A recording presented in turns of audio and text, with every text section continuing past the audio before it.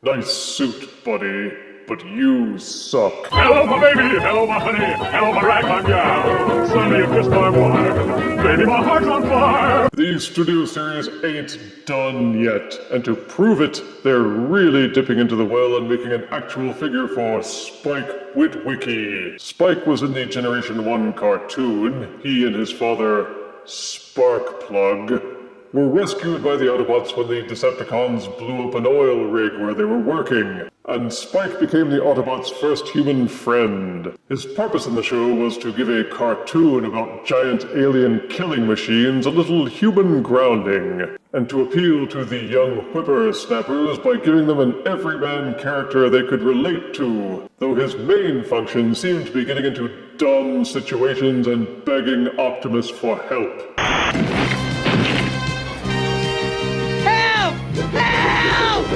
In the '86 movie, he got all growed up, and they even gave him a transforming exo-suit for protection, and probably to stop his foul whining. And for whatever reasons, Hasbro has made a core-sized figure based on the movie appearance with Exosuit Spike Witwicky. Admire the figure in its shoplifter-friendly box, with character art on the side, both modes pictured on the back, and more legal mumbo-jumbo than you could possibly want.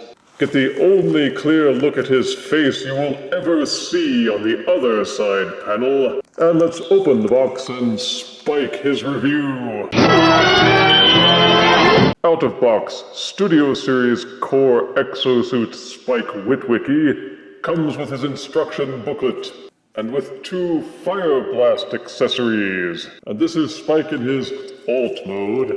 Yes, the exosuit transforms into what looks like some kind of cross between a go-kart and a diving suit. The colors are mostly off-white with some bluish-gray parts. You can see Spike's head through the transparent helmet, and he's got these wheelie bobs here and here, which will roll decently enough on a smooth surface. The sculpt work is okay for what it is, and it holds its form with very little rattling. You can plug the fire blasts into these nubs at the back of the armatures to simulate rocket propulsion. Or you can swivel them around to pretend that he actually has weapon capacity. For a change, the fire blasts are made out of hard plastic, not the El Cheapo rubber plastic that they used for the War for Cybertron figures.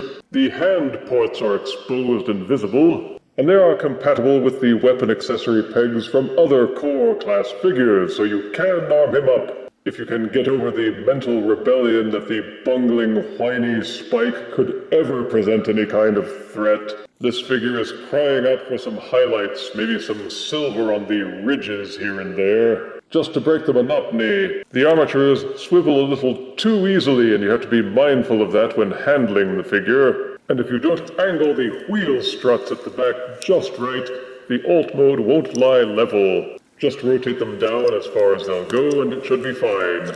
Beyond that, it's not really much of an Alt Mode. You can't really see it as anything but a biped lying on its belly, with the legs tightened up and the arms folded back. It doesn't even really come across as a proper vehicle. It's more like a rocket sled or a chariot for the smaller figures, and you can indeed use it as such with Micromasters, Titan Masters, and other smaller figures, although there's no way to peg them in, so they will fall out the moment you try to move it. To transform Spike into his Exosuit Mode, first take the bubble at the front and rotate it so that these white bits are pointing out to the side. The armatures peg into these little indentations on the inside of the arm. Take each armature and rotate it outwards. Then use this joint and rotate the arms down. Stand the suit up and rotate it so that the wheels are inverted. Use this rotating joint to fold the arms so that they are pointing down again, then rotate the white armatures so that the fists are pointing down. Then fold the arms down so that they don't look quite so awkward and a bit more human-y. To transform the legs, unpeg the thighs from underneath the suit's crotch. These ball-socketed pegs are double-jointed. While keeping the thighs braced in place, rotate the ball-socket pegs so that the knees are underneath them. And once these ball socket joints have been fully extended, rotate each shin so that the feet are pointing forwards. And this is Spike in his human exosuit mode. which is a fairly accurate copy of how the exosuits appeared in the animated movie. The colors are the same, except now you can easily see the only other splashes of color: 2 yellow dots on his nipples, and human head facing forward, which only draws attention to one of the most glaring flaws with this figure, and that is Spike's face. All they did was color the hair. The face itself is featureless, with only natural light and shadow to let you know that there is anything besides eyes, a nose, or a mouth. The head looks like a photograph that was taken out of focus on purpose, with everything seeming blurry and indistinct. Maybe they tried using temp decals for the face and thought it looked even worse, but this just lends itself to mockery. I'll probably be touching this thing up later on, but out of box it seems a bit flat. Spike's featureless head becomes a kind of black hole which sucks all the attention away from the rest of the figure. So all you can see is the glaring flaw of his face. And there are other flaws. The backs of the legs are hollow, and I can think of no reason why that should be, except that Hasbro was cheap. The legs don't fold in on themselves for the transformation, so they don't need to be hollow. Boo! The ports in the hands are compatible with other core class weapons, and they will even work with the weapon accessories from the Pretenders. You can even plug in the larger fire blasts from the War for Cybertron series for extra bloosh. For articulation, you can rotate the head inside the bubble. There is this tiny little lever at the back of the body. You can waggle that lever back and forth to make Spike nod his head while he's calling Optimus Prime for help. Help! Help! The shoulders will rotate as part of the transformation. They're also hinged at this section so that the arms can splay up and down. There is also this hinge in the middle of the bicep, so each arm can be snapped and angled backwards or forwards. They will also rotate 360 degrees. The white armature will also rotate 360 degrees, depending on whether or not you want the blast end or the fist pointing out. There is no waist rotation, but each leg will kick forwards and backwards, and because they're ball-socketed, they will also splay outwards. The knees are also ball-sockets, so the shins will rotate 360 degrees, and the knee will bend backwards 90 degrees. There is no foot articulation. You simply have to angle the legs so that he will get a decent stance. And the arms may be screen accurate, but it comes across as too gorilla-like. Ook, ook, I'm Spike. Help, Optimus Prime, help! Help!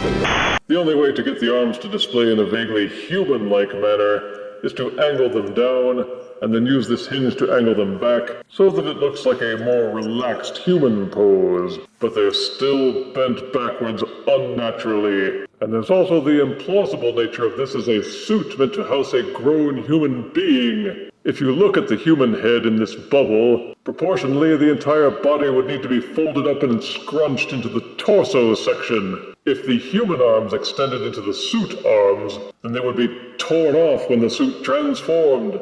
Ditto for the legs. Each transformation would have Spike screaming in agony as his bones were snapped like dry twigs, and his flesh mangled like soggy spaghetti. No wonder his voice is so whiny. Help!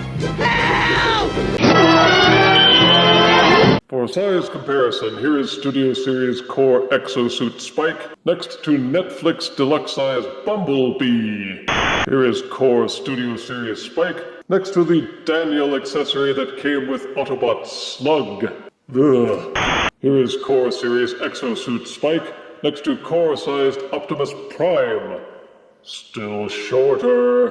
And here is Studio Series Core Exosuit Spike Witwicky, next to this spiked beverage.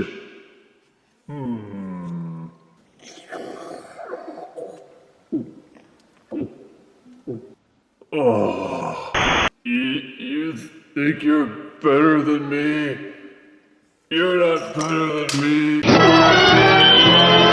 If you're an 86 movie completionist who would like to have all the figures for the major characters, then Studio Series Core Exosuit Spike Witwicky will certainly grab your interest. Positives are that it's movie accurate. It has good colors, good posability, and even a couple of fire blast accessories with ports that are compatible with the weapon accessories of other core figures. It's certainly a darn sight better than the minifigure that came with Studio Series Leader Slug, but that's hardly shooting for the moon. Negatives are that it seems like you should be getting more for the cost. Even at the lower price point of a core figure, I felt a bit gypped. Despite the sculpting and painting details, Spike seems a bit flat, and that featureless head is just creepy. The arm hinges are set up weird, the transformation is simplistic, and the alt mode is kind of silly. But again, if you just have to have a Spike figure, and have been wondering why Hasbro hasn't made one, then wonder no longer, for this is your figure. I give Core Studio Series Spike Witwicky 5 out of 10 deaths. Help!